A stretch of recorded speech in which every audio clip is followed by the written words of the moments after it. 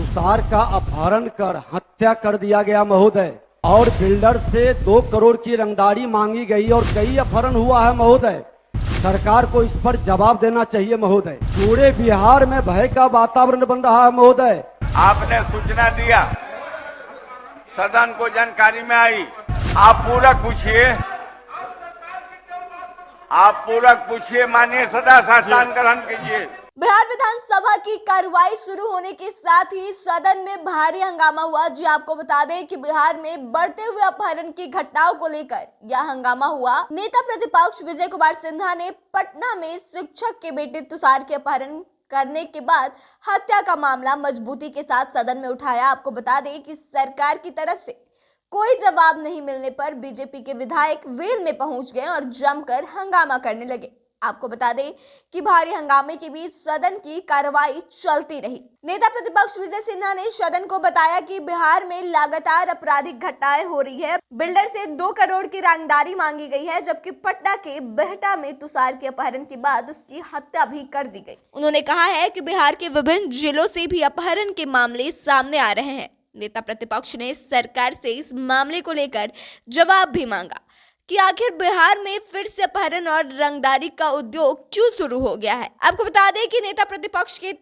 तरफ से सवाल उठाने पर सरकार की ओर से कोई जवाब नहीं दिया गया। स्पीकर अवध बिहारी चौधरी ने कहा कि आपने सूचना दे दी है, स्थान ग्रहण कीजिए। सरकार की तरफ से इस मुद्दे पर जवाब नहीं देने के बाद विपक्ष के विधायक हंगामा करने लगे और वेल में आकर बैठ गए। स्पीकर बार बार बीजेपी विधायकों से बैठने का आग्रह करते रहे, लेकिन बीजेपी विधायक काफी देर तक हंगामा करते रहे। दरअसल आपको बता दें कि बिहटा के श्रीरामपुर स्कूल के प्राचार्य राजकिशोर पंडित के इकलौते बेटे 13 वर्षीय तुषार का अपहरण 16 मार्च को किया गया था। अपहरण के बाद 40 लाख रुपए की फिरौती भी मांगी गई थी। तुषार के पिता के मोबाइल पर 2 बार धमकी भरा वॉइस मैसेज आ चुका था। मैसेज भेजने वालों ने फिरौती की मांग करते हुए कहा कि 40 लाख रुपए का प्रबंध करो, नहीं तो बेटी से हाथ धो दोगे। फिरौती के पैसे नहीं मिलने पर बदमाशों ने तुषार को जिंदा जला दिया और उसका जला शव पुलिस ने बरामद किया।